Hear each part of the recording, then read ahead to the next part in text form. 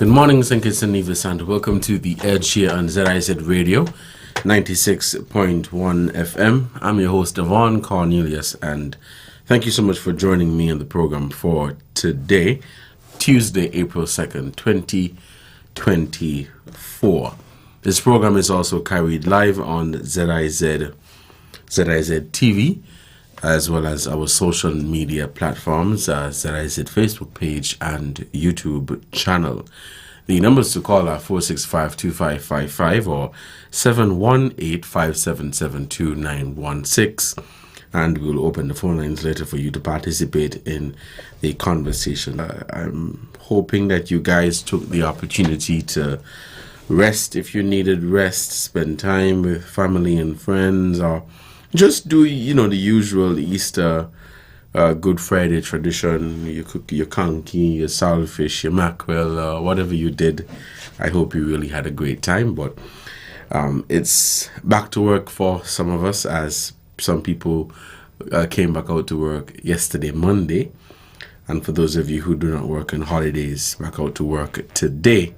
And I wish you nothing but the very best.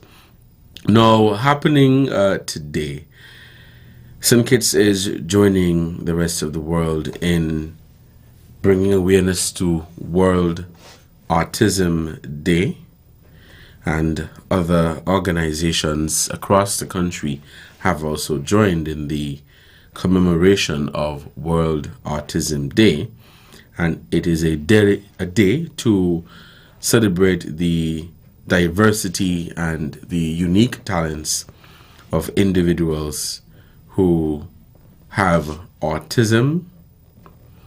The Prime Minister on his Facebook page today used the opportunity to raise awareness, and he said, quote, "Let's spread awareness, acceptance, and love. A world where everyone feels valued and respected, regardless of neurodiversity." And the St. Kitts Spectrum Services Center have organized, I would say, a month of activities, about a month of activities to commemorate autism, World Autism Day. And those activities, I would say, begin today, where they are encouraging people in St. Kitts and Nevis to wear blue. Now, truth be told, I didn't know that today was World Autism Day. I just got up and decided that I was going to wear a blue shirt. And so when I came in and I was, going through on my computer, I saw that Dr. Josephine Claxton Richardson had issued a video message speaking about the awareness activities. And she mentioned that today they will be wearing blue in support of World Autism Day. And so for those of you who are viewing via the TV or via the social media platforms, you would see that I am wearing blue. And I guess for some reason the universe wanted to let me know that today is World Autism Day.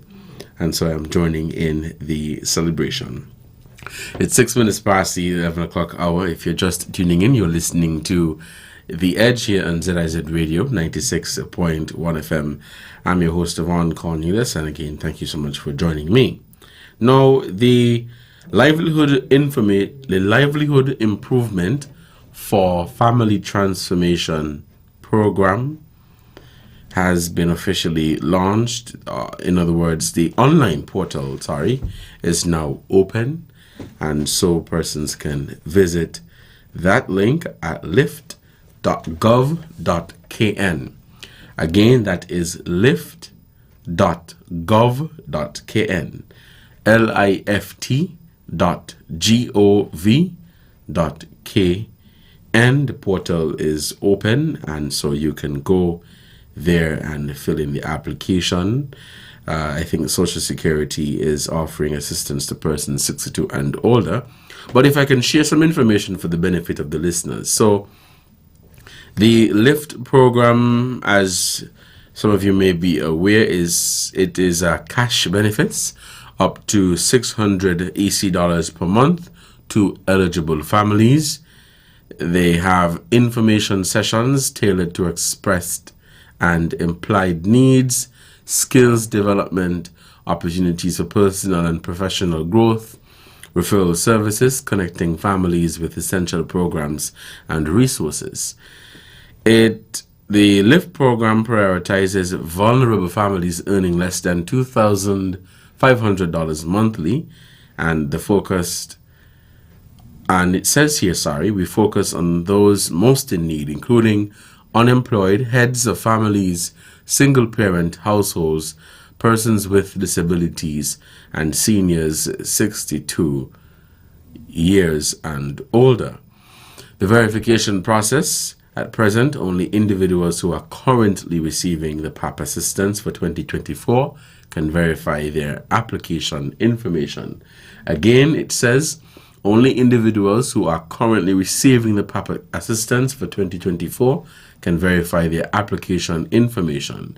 For senior citizens, it says that all senior citizens, that is persons older than 62, will be automatically transitioned to LIFT once their salary wages are not above the eligibility threshold of $2,500. A senior citizen already receiving PAP payment will not have to access the online platform to verify their application. For persons with disabilities, it says that persons with disabilities and their caretakers already receiving the PAP assistance let me read it again. For persons with disabilities and their caretakers already receiving the PAP assistance, where the individual can complete the online verification, they can do so. If they are unable to do so, contact is to be made to the Disabilities Unit at 665-3984. That is 665-3984. Information will be collected, and then an officer will be deployed to visit and assist with verifying their application. Other categories of existing PAP beneficiaries: all other categories of existing beneficiaries or recipients of the Poverty Alleviation Program will have to verify their existing application. To do so, when you visit that website, you are asked to click on the verify button. If you're just tuning in and you're listening, the portal for the LIFT program is now officially open. And for more information on that, please visit lift.gov.kn. A number of people have been asking me about this in terms of, how can they apply? How can they update their information? As you know, the minister was here, and so they thought that they would ask so they can get information. Well, the information is here, and you can visit lift.gov.kn. There was concern about seniors not being as tech savvy as other people, and so they're saying that for people who are 62 years and older, Social Security will be stepping in to assist in that area where the information will be automatically transitioned to LIFT if you're not earning above the eligibility criteria or the threshold of the $2,500 per month. If you're still not tech savvy, they are offering assistance with their satellite offices, and so you can reach out to the ministry. The contact information: so the LIFT hotline number is 765-5993. The email is liftskn@gov.kn. The Department of Community Development and Social Services is 467-1497. The Ministry of Social Development and Gender Affairs is 465-1275. And the Department of Social Services in Nevis is 469-5521, extension 6296 or 6298. So the Department of Social Services in Nevis, the extension is 6296 or 6298, and you call 469. It's 12 minutes past. Let's take a break. When we come back, we'll continue the conversation here on The Edge on ZIZ Radio 96.1 FM. Stay tuned.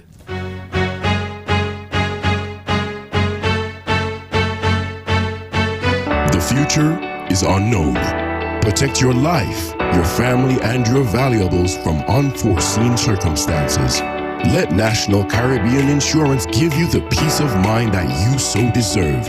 At NCI, we offer a suite of affordable insurance plans that can be tailored to ease your financial burden. We aim to deliver exceptional products to satisfy all your insurance needs. Whether life, health, motor, or property insurance, NCI has the right solution for you. Our friendly and knowledgeable sales professionals are ready and able to assist you. Let National Caribbean Insurance Company Limited help you to prepare for the unexpected. We serve, we protect, we satisfy. That's NCI.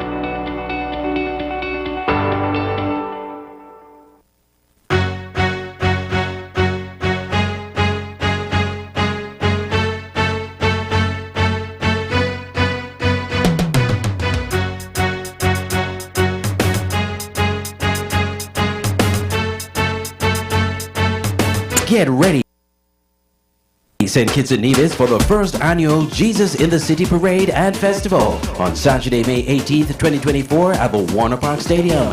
Celebrate love for God and love for people throughout the city with festive floats, live gospel bands, choirs, costumes, banners, and paraders filling the streets of downtown Bastille with praise and worship. The opening festivities kick off at 11 a.m. with the parade leaving Warner Park Stadium at 12 noon, moving along city streets and returning to the stadium for a grand gospel concert celebration. Enjoy music featuring special international guest artists, local bands, food, and festivities for the whole family. Come lift up the name of Jesus in the city on Saturday, May 18th, 2024. To register your church, enter a float, secure a vendor booth, or to become a sponsor, visit jesusinthecity.com or call 662-8911. Jesus in the city, hands in the air.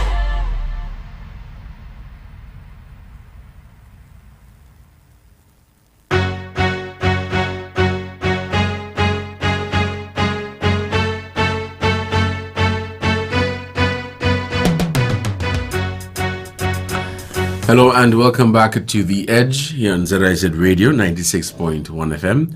I'm your host, Devonne, Cornelius, and thank you so much for joining me in the program for today. It is the second day of April 2024, and you're listening to ZIZ Radio here in Bastille, St. Kitts 96.1 FM. Now, I want to look at something on the regional scene, and I think relates to all of us here in St. Kitts and Nevis, as it is definitely everybody's business, where it says that U.S. legislators are addressing the impact of firearms on Caribbean region.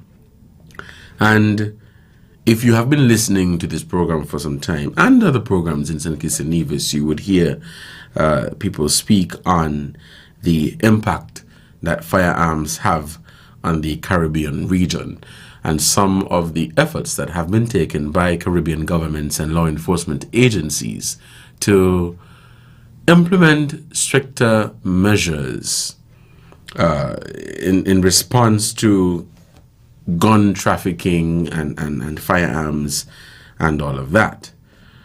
So it says here from the Caribbean National Weekly that a move, or in a significant move aimed at tackling the rampant flow of illegal firearms into the Caribbean, the U.S.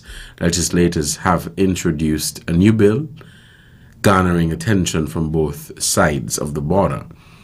National Security Minister Dr. Horace Chang in Jamaica has expressed encouragement at this development, highlighting its potential to mitigate the devastating effects of gun violence on Caribbean communities. Now, it is called the Catch Act. At the forefront of this legislative effort is the Caribbean Arms Trafficking Causes Harm Act, or CATCH, spearheaded by Congressman Joaquin Castro, Congresswoman Sheila McCormick and Senator Chris Murphy, as well as Senator Tim Kaine. And the proposed legislation seeks to address the alarming proliferation of illicit firearms originating from the United States, which has fueled a surge in violent crimes across the region. Now, this article also looks at a response from the Caribbean, and Dr. Chang, speaking to Radio Jamaica News, commended the U.S. Congress for taking proactive steps to tackle the issue of arms trafficking. He acknowledged the complexities involved, noting the clandestine nature of the firearms trade and the role of intermediary countries like those in Central America.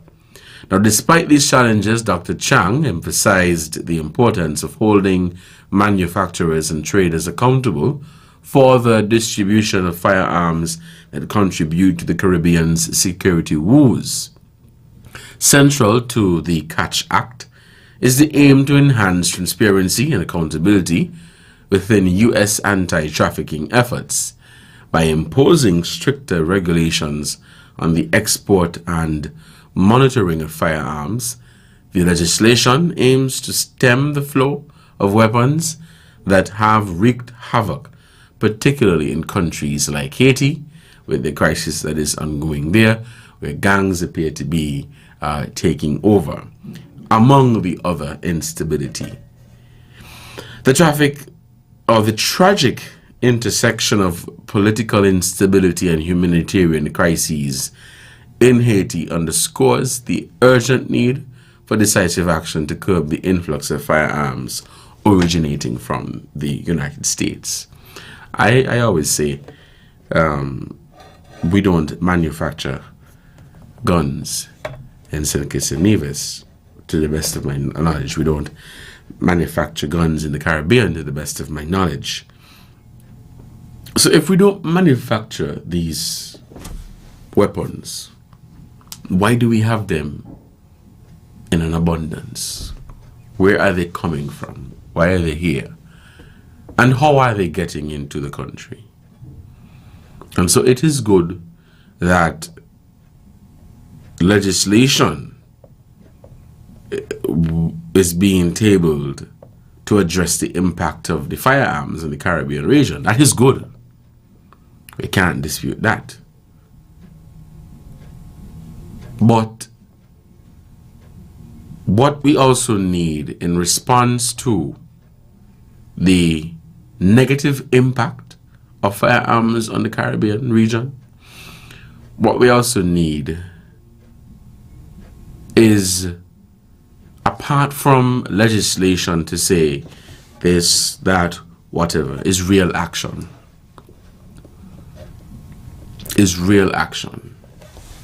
And so instead of the Caribbean looking towards the US for assistance, which is good, I'm saying the Caribbean must also do its part. And they have been doing their part, but there needs to be more. But the question must first be answered. How are these guns getting into the Caribbean? What is happening at our borders? Are our patrol people, customs, are they border security, are they surveilling the area properly? Are they doing enough?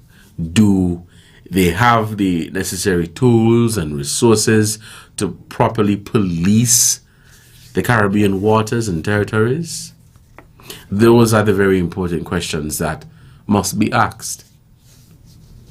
Because it is all well and good for us to bring forth legislation to say that we are addressing the impact of guns in the Caribbean region. But if we're not taking real action, and when I say real action, I'm referring to first addressing those needs, those areas as it relates to border security, then we're not ready yet. Perhaps the Act speaks to border security, but there must be investment in border security. You can't on one hand say that you are trying to address the impact of guns in the region, But on the other hand, your people who are responsible for border security, they do not have the necessary tools and equipment to properly carry out their functions. But it brings me back to my previous statement. We're not manufacturing guns in the Caribbean. So where are they coming from? Or maybe not where, because the US has acknowledged here that they're coming from the US. But how is the important question. How are they getting here? And you are hearing of stories across the region that the criminals appear to have guns that are far more powerful than the guns of the security forces. And so imagine you're being called to quell a situation and there's a shootout and the criminals have better guns or more powerful guns than the security forces. Sometimes when I look at these stories about there being a focus on gun trafficking and in terms of trying to address it, I recently saw that Grenada National Security Minister, who is the Prime Minister, spoke on that and legislation that they have tabled. But whenever I see these stories, right, I think deep. I really think deep that perhaps you have people who are genuinely trying to address the impact that firearms are having in the Caribbean, and then you have those who are benefiting from it. And so there is no real care, there is no real urgency to ensure that this issue is properly addressed. And so there's a lot of talk shop about, this and that, and you don't hear much. And so with US legislators, seeking to address the impact, we're hoping that we will see more support in this area. But other Caribbean nations, such as St. Kitts and Nevis, must also play its role. We are. But I do believe that there is a lot more can be done. And when I say we, I'm also referring to the community. Because oftentimes as members of the community, we like to say the police is not doing anything. But we also must remember that in order for the police to carry out their work, they need the assistance of the community. But there needs to be a level of trust and understanding for work to be done properly. It is 11:25 and you're listening to The Edge here on ZIZ Radio, 96.1 FM. We'll open the phone lines and we'll begin taking your calls to hear from you, your thoughts, views, and opinions on this. For today's edition of The Edge, I'm taking it from a regional perspective in terms of the impact of firearms in the Caribbean region and how it has, I would say, stunted our growth and how it has significantly affected the economic development of the Caribbean, and we have suffered in so many areas as a result of guns that are in our communities. We have lost so many people, so many young people at the hands of guns, and it is quite unfortunate. It is 11:26. We'll open the phone lines and we'll begin taking your calls. Call us at 465-2555. Caller, good morning and welcome to the program. Good morning, sir. Good morning. How are you? Oh, I'm not doing too bad for my age, and my Easter weekend was hard working and tasking. Good to hear. Yes. So the U.S., that I would not be celebrating that. That is nothing to celebrate. They are way too late. When thousands of Caribbean citizens had died from their guns, is now they coming? I ain't celebrating that. That is a slap in our face. That is disgraceful and highly disrespectful by the U.S. It took them so many years to realize that. After we have lost so many souls, that ain't no celebration. What we would like to see from them now is that they now start supplying in what we would say what we would say, a part of care and concern and grief for the thousands of Caribbean citizens who have lost their lives through their guns. What we would like to see is that some of their forces come in here, train our Coast Guard people, right? Give us some good quality Coast Guard boats, some good quality surveying things along our borders, and that will sort of show us that they really care, because so many people in the U.S. has benefited from the loss of thousands of souls in the Caribbean by the guns coming here. All right. So we would like to see some action, not a talk shop. Action by training. Say they come in here, train our Coast Guard people for about 6 months. Let me see we get some good quality Coast Guard. Teach them the proper way of fixing, maintaining, and all that sort of thing. Then we could say that the U.S. is doing something. Until that happens, this is just another talk shop. All right, caller. Thank you so much for your contribution to the program. The phone lines remain open. Let's take this other caller. Hello, caller. You're on the air. Good morning. Yeah, good morning, Devonne. Yes. You had a good rest over the weekend? Yes, I had a great time. What about you? Yeah, you had a great time. I had a good time. All right.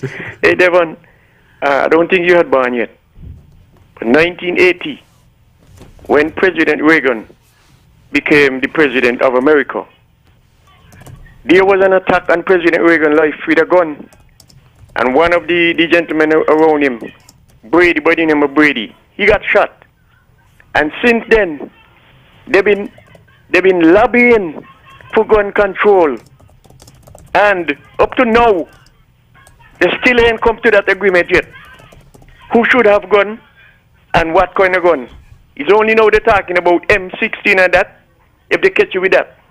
But a lot of people still have access to all kind of gun. And every government on this planet out here, they know definitely how to stop these guns. But a lot of them only talking and make it sound nice like they care.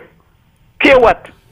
How they gonna let the perpetrator outsmart them and smuggling the gun and getting in the country? They know how they coming in. Years from people who never went to a university, now mini-university, tell them how to curtail these guns that coming in the borders.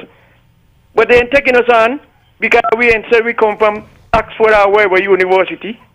We are street people, so every government on planet Earth, like I said before, they know how these guns coming in, and they will only stop when they decide to do what we are telling them, or when Jesus Christ comes. Thank you, Devon. And thank you, caller, for your contribution to the program. It is 11:30, and you're listening to The Edge here on ZIZ Radio 96.1 FM. The phone lines remain open. Call us at 465-2555 or 718-577-2916. So a caller was of the opinion that the U.S. is late in terms of their support in this area, and he wants to see them provide training and donation of equipment. What I would say is that the U.S., this is not the first time the U.S. has spoken on offering assistance to the Caribbean in the area of security, gun trafficking, and all of addressing the impact of gun trafficking. They continue to work with the border security of different Caribbean islands to police the waters, to look out for those people who traffic guns across the region. So it is not the first time that they have spoken on this issue, and they in fact have been offering support over the years. I think what the caller wants, however, is increased support, more training, and donation of equipment. Let's head back to the phone lines. Caller, you're on the air. Good morning. Good morning. Happy Easter. Same to you, same to you. Now, I want to comment on both articles you mentioned. Now, with the first one, I think it is time enough that the Ministry of Elderly and our people run computer classes, because there are too many of our people who cannot use the computer. And some of it can be solved by giving classes. Mm-hmm. Then some of them are in the 40s, I can't use this, I can't use that. So maybe they should draw up a program. It can be done maybe after work, in the centers, or even on the television or the radio. But it has to be done. Now, the issue with what you talk about the gun thing, you see who they're concerned about? Haiti. Haiti. You know why Haiti? Mm-hmm. They have direct interest and investment in Haiti that they need to protect. Look at the death of the former prime minister or president. The guns came from Miami. And another thing we need to look at, they can be transshipped. So if we're thinking that all of them come from the USA direct, we are being deceived. Because St. Martin Station, all of those around us, it is known that some of the guns come from there. Then we have these private jets who check them, mm-hmm. and the private yachts who check them, and even cruise ship passengers who come in and bring in. So we have to be more alert and look after. So while we're looking at America, we need to be looking at the countries around us. Mm-hmm. Tell St. Martin, easy, is a duty-free port and everything coming. So if we're really serious and they table it, they haven't passed it, Right. And the Republicans are against, they can talk nice, right, but they're not for it. And would they encourage us to join Mexico to take the companies to court? Mm-hmm. They're not going to allow that. Mm-hmm. You see how Mexico say, look, nobody is coming and staying over here until we get some redress. Because sometimes the very government agencies in the USA are the ones who ship in the guns, It has been proven time and time again. They are the ones who flood Central and South America with the arms for their own political purposes. And if they don't like a country like Jamaica, when Manley was in and so, they flood the place just to get in Seattle.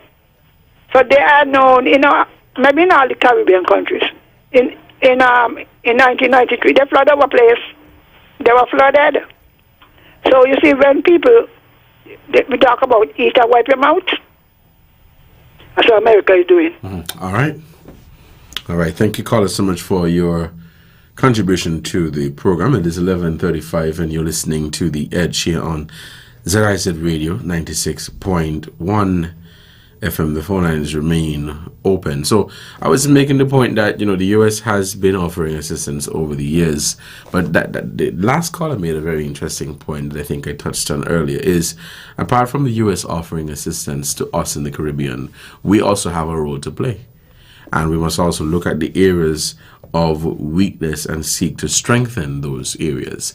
But I believe you would have an issue if you, let's say, for example, you have 10 people working to address the impact of firearms in the region. And in that group of 10, 8 of them are the ones participating in the illegal distribution and sale of guns. The gun trafficking, that is. And the 2 are the ones who are trying to be right and just, and who are trying to bring about some sort of real positive or meaningful change. But the other 8 are corrupt. And so what they do is a talk shop, as one of the callers would say. They issue these lovely speeches that bamboozle people and make you feel like there is something actually going on, when in fact that they're the ones who are trafficking guns. And so that is another area that must be looked at. But who is going to look at it? All these are very important questions, and it is a conversation that, while it has been going on for quite some time, it is one that indeed needs to be had. And it brings me back to the point that we don't manufacture guns. To the best of my knowledge, we don't manufacture guns in the Caribbean, but yet we have so many powerful guns, and guns that are more powerful than those of the security forces. You are listening to The Edge here on ZIZ Radio 96.1 FM. I'm your host, Devonne, Cornelius. Let's take a break, and when we come back, we'll continue the conversation for today. Stay tuned.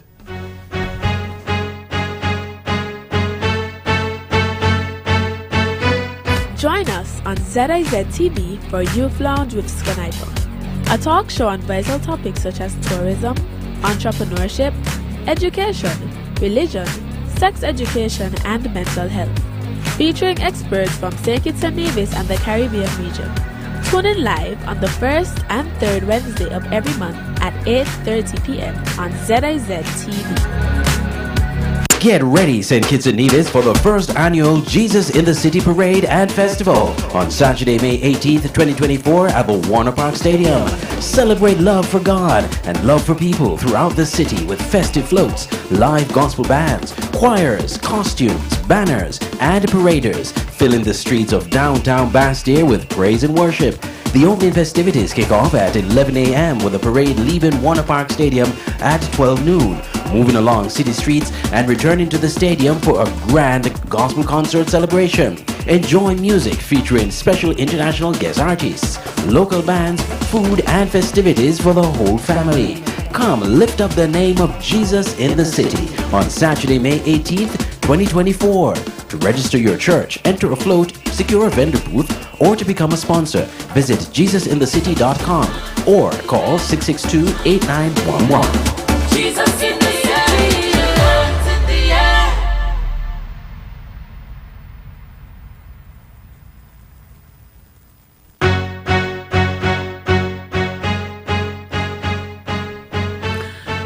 Hello and welcome back to The Edge here in ZIZ Radio 96.1 FM.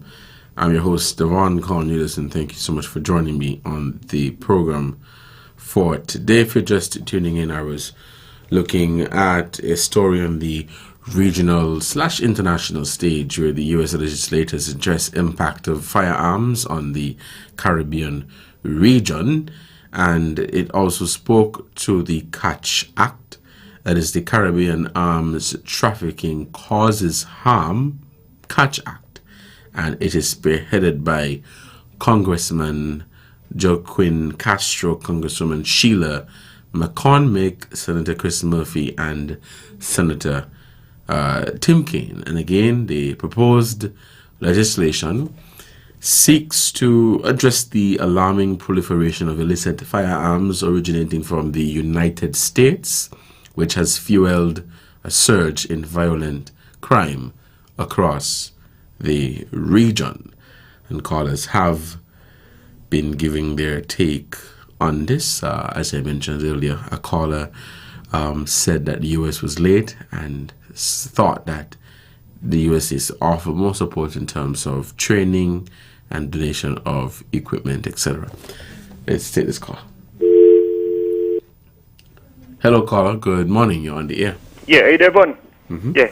While we are looking at the actual physical gun itself, the lyrics them on the radio too, you know, encouraging those who would be perpetrators to get a gun from wherever they can, and it doesn't matter what it costs them. When you listen to some of them things, when I'm called music, they're telling you about get your pat out pow and shoot down this and shoot down that. Them things they should be banned too, because children learn what they hear and what they see. And then when we want to blame them younger people and say where they getting gun. They're telling them how to get them in the lyrics. Them kind of thing there on radio should be banned. I don't care who vex. I am saying it. No big people supposed to be playing them deal. All right, thank you. Let's take this call. Hello, caller. Good morning. You're on the air. Greetings. Yes, caller. Go ahead. Thanks for taking our call. On your topic, the caller before me, he's all right. You know, we hear another side of the argument say the artists, the singers are just echoing what is happening within the society. But we don't see that. We see that when these lyrical vibes go out, it invokes that within people who wasn't even there in that gun thing before. You know? Yeah, we see that. The next thing is, you know, them and those don't care if you kill off one another. They don't really care, you know. If we kill off, if there's the black and black killing continues. You know, there's a conspire blind behind all what is going on, what they call conspiracy, and we know that. We know that they don't really care. All right, off your topic a bit. We have the solid waste people, them have a thing say, waste matters. We want to know what kind of ridiculous kind of utterance that motto or whatever. Waste cannot matter. What matters is cleanliness. we cannot comprehend how they get there. And you said waste matters? Yes. Yes. But waste don't matter. Waste for the stash way, get rid of. Start out separated and get rid of. It don't matter. What matters is cleanliness matters. That is what matters. Give thanks to the time. Blessed Lord. All right, God. Thank you for your contribution to the program. It's 11:43 and you're listening to The Edge here in ZIZ Radio, 96.1 FM. You know, they called it before that one who spoke about banning offensive music. And, well, he didn't say offensive. The music that has violence in it, right? They have, and I say continue to be, there will continue to be mixed views and feelings on banning offensive or violent music or music that depicts violence. And I say that because I believe many people take advantage of the freedom of speech, right, or the freedom of expression. Rappers and people who produce this kind of music. And they're saying, well, if you have a freedom, if you can exercise your freedom of speech in this particular area, I, as a songwriter or a musician or a rapper or what have you, should be allowed to express what I want to express in my music. It is up to you if you want to listen to it. And there have been mixed views on it. I hear you, caller, and I do understand where you are coming from, because truth is, sometimes when you listen to some of the music, and I said it here before, it's garbage. It's a pile of garbage, and I do understand where you are coming from. But the other side to the argument would be, some may want to call it censorship.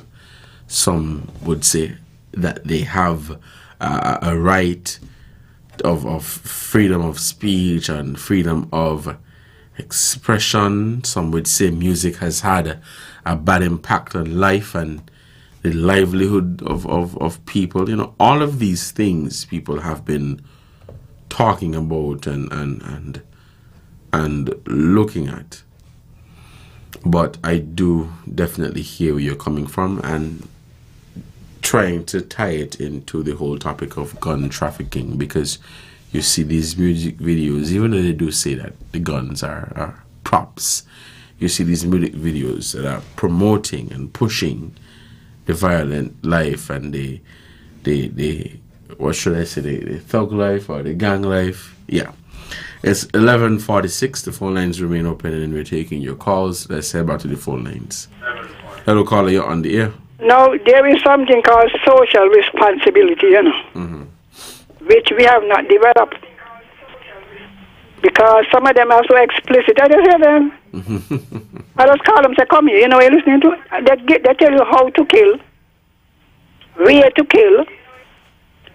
So if we all have a sense of social responsibility, now to you say, well, I wouldn't do it. But when you have young minds, they're like a sponge, they pick it up. How all of a sudden they stop shooting foot? They're going, because I hear them in the song, shoot them in the head. I mean, anybody, once you go to your head, I don't mean to laugh. I really don't mean to laugh. I am sorry. Yeah, but you understand what I'm saying? Yes, I do. I mean, we need to have this, what I call it, Ministry of Creative Arts. We're not telling people what to write. But if they are because all the young people doing it, well, honey, they practice what they learn, you know. You know, sometimes I say, right, why, if you're thinking about writing a song, and that's just me, if you're thinking about writing a song, right, why you see the need to write something so violent that you want? They have no social responsibility. You see, what they're competing is against other writers in other countries. But they don't realize that in some of the other countries, they can play them on the radio. I was in Jamaica for 2 years, and they began to say, look, song with gun, and remember when the two top singers had war, and people line up behind one and line up behind the other one. And killing was the way of showing your belonging, your identity. So Jamaica could do it and this could do it. Well, where's our sense of national pride and integrity? So that sometimes you can't blame them. The people who think, what you call those who, the musicians, the engineers, them then. When the young people bring their songs to you, and you realize that, you know, I don't think many people did literature in school because they are figurative languages. Different ways of saying the same thing, you know. Yes. I just say, if come back in this country, they would not do literature. I think that's the problem. But thank you for your contribution. I think that's the problem. They just come out and say it like it is. Let's take this caller. Hello, you're on the air. Good morning. Greetings again. You should have finished what you're saying. I would like to hear what you're saying. I was saying, you know, literature is the problem. People lack creativity in writing.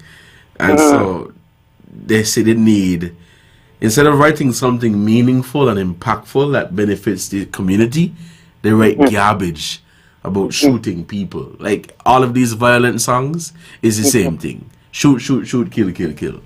You know, that's what I call forward to talk about creative writing. Because writing, I'm a writer. Poems, songs, you know. I've been doing it from the age of 7. And then, one who is writing, it is inseparable to that one's level of mental faculty. Are you with me? Yes, I'm listening to you. So, most of the people who is in that level of bringing out them kind of lyrical content, it is their levels, and some of them are copying the same kind of low levels. And remember, within the industry, you have a thing near freestyle where they don't write. Are you with me? I'm listening to you, caller. Go ahead, make your point. They don't write, they just flow. What is in their head, they just flow it out. So it's all gone forward to the mental level of an artist, of these people who are singing, rapping, etc., etc. So, what we said that to say this, that we got about 7 billion people in the earth and everybody on different levels. So we're going to have this thing around us for a very, very long time, you know.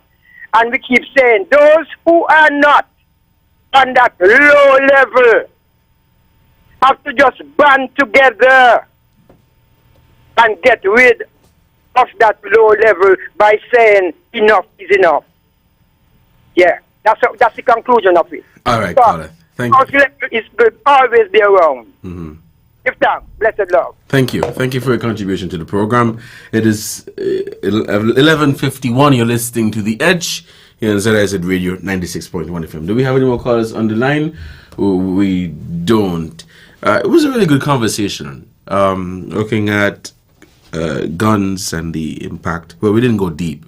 We just looked at the surface in terms of the story from the U.S., where the U.S. legislators are tabling a legislation to address the impact, and then callers weighing in on violent music. And this is a conversation that I'd like to follow up on after doing some more research on it, because as it is right now, I'm looking at different essays, argumentative essays that have been written on whether violent music causes violent behavior, I don't know, but literature, and I'm glad that point was made by the two callers, literature, and that is the problem. Some of the music that you listen to today, they just don't make any sense, you know? We have a caller. We'll take our final call for the morning.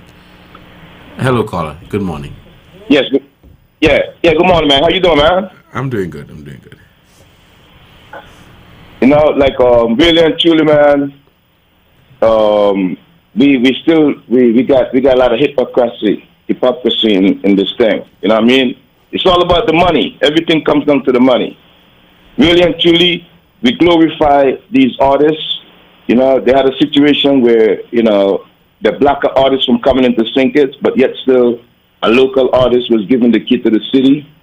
And these guys are pushing all these negative lyrics. But I asked the question before if the Caribbean region had get on to the Mexico suit about the suit that Mexico put on the gun manufacturers in the USA. I didn't get an answer to that yet. You know what I mean? And they had them big CARICOM meetings. You know what I mean? When they came out from those meetings, they didn't say if they joined on to Mexico with that suit at all. But really and truly, the record labels, they're pushing this negative lyrics because, you know, it's the in thing now, and they're all just worrying about making that money, man. But for me personally, before you go, Sinkers and Nevis is too small, you know, and we need to concentrate on our own federation. And like the caller before said, enough is enough. You know what I mean? You see what's going on in Haiti? You know what I mean? If we don't pay attention, you know, we're gonna get overrun sooner or later. Enough is enough, man. Me personally, I feel like Sinkers and Nevis, in the small size they should have a zero tolerance for guns. Thanks a lot, man. That's my contribution. All right, caller. Thank you so much for your contribution. And you've been listening to The Edge here on ZIZ Radio 96.1 FM. Until next time, you guys stay safe. Tomorrow is a big day on the island of Nevis. Tomorrow, Wednesday, April 3rd, 2024, Mini Olympics. And it's a half holiday on Nevis. As a Nevis man, you know, we're very into the sports as it relates to, you know, the Mini Olympics. I was just telling my colleagues in the newsroom that I'm a big Charlestown fan. And so I'm going to attend the sports to back my school, Charlestown Primary. They say Purple Nation is going to win tomorrow. I don't know about that. We're going to see what happens. But I just want to use this platform to wish all of the athletes participating in the Mini Olympics tomorrow the very best. Focus, get your rest, and have fun. We the adults, we take it serious and we hype up and bet on all kind of things. But the children, they just want to have fun. So I'm encouraging you to do so. But all the best, you know. I have to put in the little biases there. All the best to my school, Charlestown Primary. Y'all have a good one. Stay tuned. Coming up next is the ZIZ Midday Newscast. Bye-bye.